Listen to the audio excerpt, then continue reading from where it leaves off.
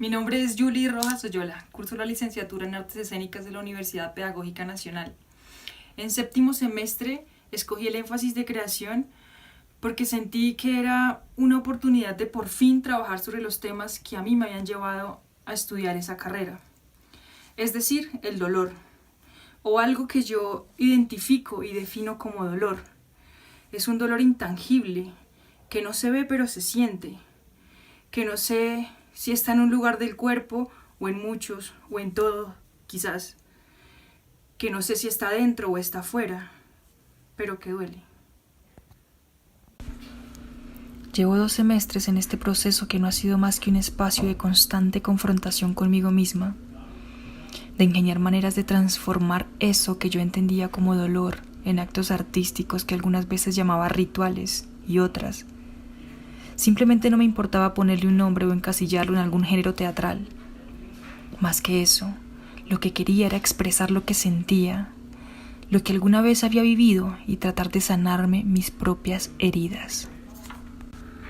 Cuando digo que llevo 2 semestres en este proceso, no quiere decir que solo hasta hace 2 semestres me dio por indagar en mi vida. No, esta búsqueda surgió hace mucho tiempo atrás. Tal vez desde el mismo momento en que salí de mi casa en el campo rumbo a la ciudad capital de Colombia. En aquel tiempo recién había cumplido 18, ahora estoy a punto de cumplir 30. Salí buscando algo que tenía que ver con el teatro, pero que no necesariamente era actuar o inventar personajes. Yo intuía que en el teatro podía permitirme ser otras versiones de mí misma, porque sentía que desde mi infancia había creado un personaje y desde entonces permanecía fiel a él y a su manera de actuar. El teatro, como yo me lo imaginaba, era ese lugar en donde podía sacar a todas esas personas que me habitaban dentro y que también eran yo, que generalmente tenían que ver con la fragilidad, la ternura, la ingenuidad, la vulnerabilidad y la inocencia. Como si a través del teatro me permitiera ser la niña que fui y que no disfruté porque las circunstancias de la vida me incitaron a crecer, a ser fuerte, a no llorar, a defenderme y a odiar. Recuerdo que mi primer ejercicio de creación implicaba una caminata en círculos a través de una espiral que iba de afuera hacia adentro. Porque ese era mi fin, ir adentro y más adentro, escarbar adentro de mí y permitir que mi cuerpo por fin escupiera todo el dolor y la rabia que sentía. Todos los sentimientos que durante tanto tiempo había acumulado o me había tragado. Liberarme de algunos pesos que había cargado y descubrir qué seguía después de eso. Posiblemente otra espiral, y otra, y otra, y otra, y así hasta morir. De 2 cosas estaba consciente. Una, que los sentimientos hacia mis progenitores no eran los más armoniosos, especialmente hacia mi madre, y que quería cortar con eso. Y 2, que gran parte de eso que definía como dolor tenía que ver con unas situaciones de abuso sexual vividas en mi infancia. De la misma manera que cuando ves un árbol no percibes sus raíces, sino que te distraes observando sus ramas. De esa misma manera comencé esta creación explorando por las ramas, recurriendo a mis progenitores, aquellos seres que durante mucho tiempo culpé, rechacé y hasta odié. Pero lo que pretendía ahora era justo lo contrario. Quería reconocer que a pesar de todo también había vivido momentos lindos a su lado, como cuando mi madre se acostaba conmigo en el piso a mirar las estrellas en el cielo. Evocar este suceso me permitió abrir la puerta a un encuentro con una parte de mí que permanecía olvidada. Fue un reencuentro con mi niña herida, lastimada, engañada y abusada. Fue una posibilidad de llorar con ella, de decirle que no estaba sola, que no fue su culpa, que solo fue una víctima, que no estaba mal ser niña, ni frágil, ni noble, ni ingenua. Una vez más, que no fue su culpa, que nada está mal en ella y que quien está mal es aquel que aún siendo adulto y sabiendo que está dañando a alguien inocente, lo sigue haciendo. Una cosa me fue llevando a la otra, y lentamente emprendí un descenso por el tronco hasta adentrarme en la raíz. Hubo un tiempo en el que no me agradaba mi pelo. En realidad no me agradaban muchas cosas de mí, en especial mi pelo. Tal vez tenía que ver con los prototipos de belleza impuestos por el mercado que vende la idea de que el pelo liso es el único visto como hermoso. Yo también me creí el cuento de que lisa me veía mejor y me planchaba el pelo constantemente. Hasta que descubrí que lo único que estaba logrando con eso era quemar mi pelo, destruirlo, debilitarlo y dañarlo.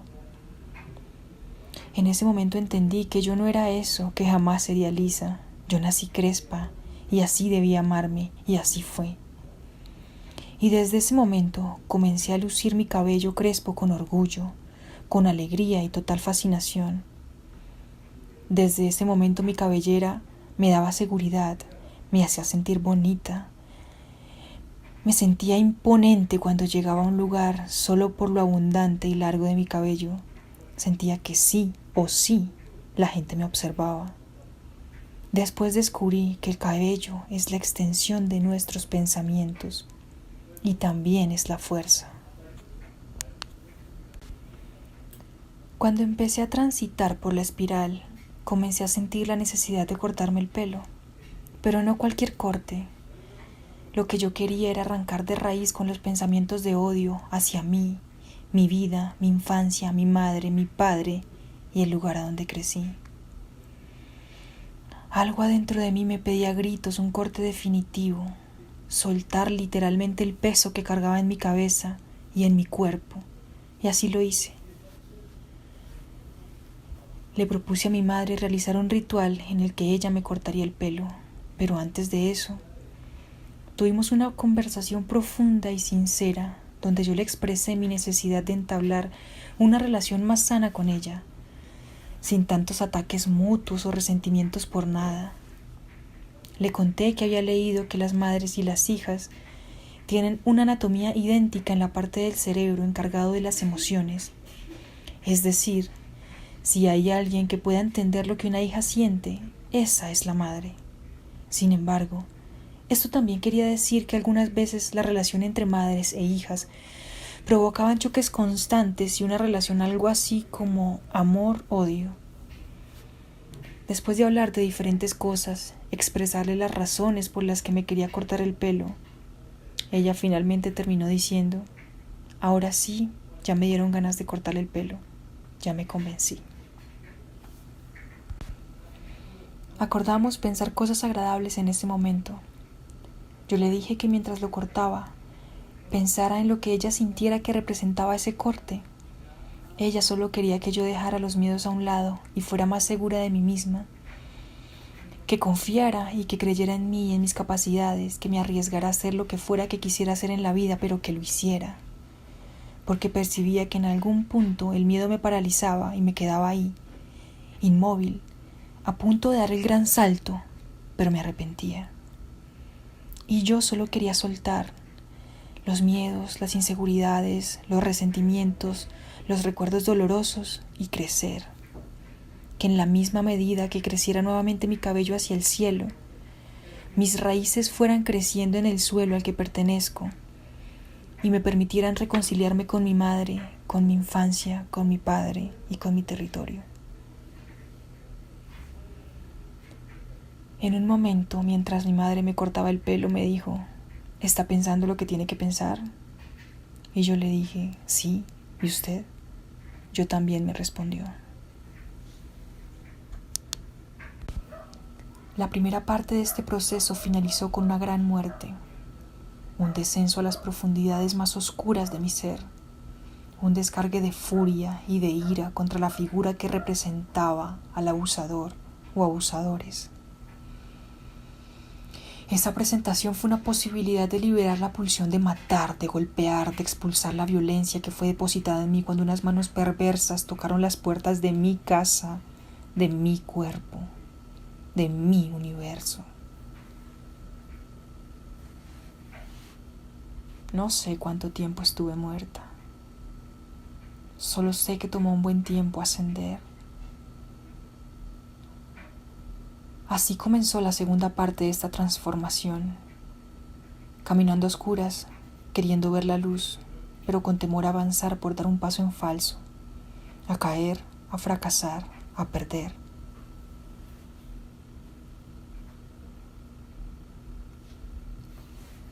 Esta fase tuvo un componente adicional, el aislamiento. La pandemia nos obligó a encerrarnos en nuestras casas y continuar con nuestros procesos desde donde estábamos, en términos generales. Fueron tiempos difíciles. Fue el tiempo de regar la tierra con el llanto que continuamente emergía de mis ojos. Ese mismo llanto fue el agua que sin darme cuenta nutría mis raíces. Esa fue una de las cosas que me enseñó la mujer que siempre estuvo conmigo, acompañando todo este proceso. La profesora que más que educadora es maestra. Lloró conmigo en más de una ocasión. Me abrazó incluso a través de la pantalla. Sacó tiempo de su tiempo para escucharme, para hacerme sentir que no estaba sola porque ella estaba conmigo.